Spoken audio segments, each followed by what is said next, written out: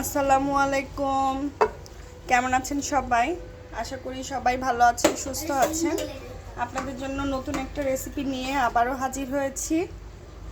তো এখানে আমি একটা মেল্ট হয়ে গিয়েছে, এখন আমি এই যে বাদামগুলো দিয়ে দিব, ভেজে নিব। বাদামগুলো ভেজে নিচ্ছি ভালো মতো। ভাজাটা হয়ে গেলে এগুলো উঠিয়ে নিব। এই যে ভেজে নিয়েছি, এখন আমি এগুলো তুলে রাখবো। এবার পেঁয়াজ ভেজে নিব, সুন্দর করে পেঁয়াজটা ভেজে নিব।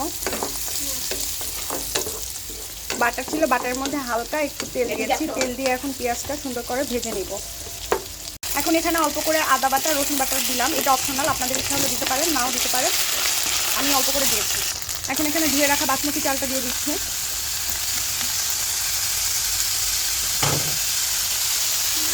এখন ভেজে নেব চালটা।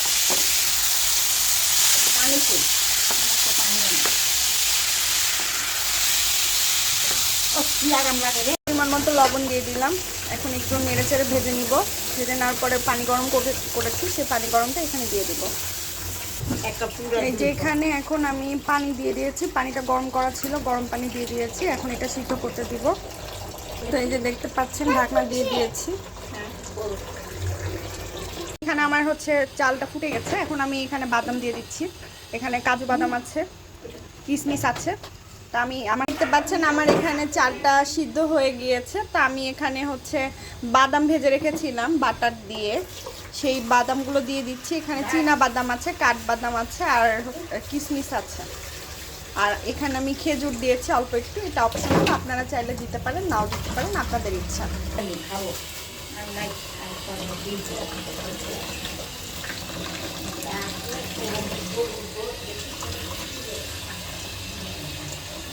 তো এই যে আমি এখন এটা অল্প আঁচে রেখে দিব।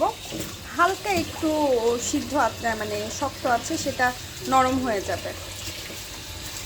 আলহামদুলিল্লাহ, দেখতে পাচ্ছেন আমার বাসমতি চালের কাবুলি পোলাও রেডি।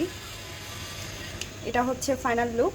আশা করছি দেখতে যেমন ভালো হয়েছে, খেতেও নিশ্চয়ই সেরকম মজাদার হবে। সবার দাওয়াত রইল, দুপুরবেলা আমার বাসায় চলে আসবেন, একসাথে সবাই বসে খাবো। তো ভালো থাকবেন সবাই, সুস্থ থাকবেন। আসসালামু আলাইকুম।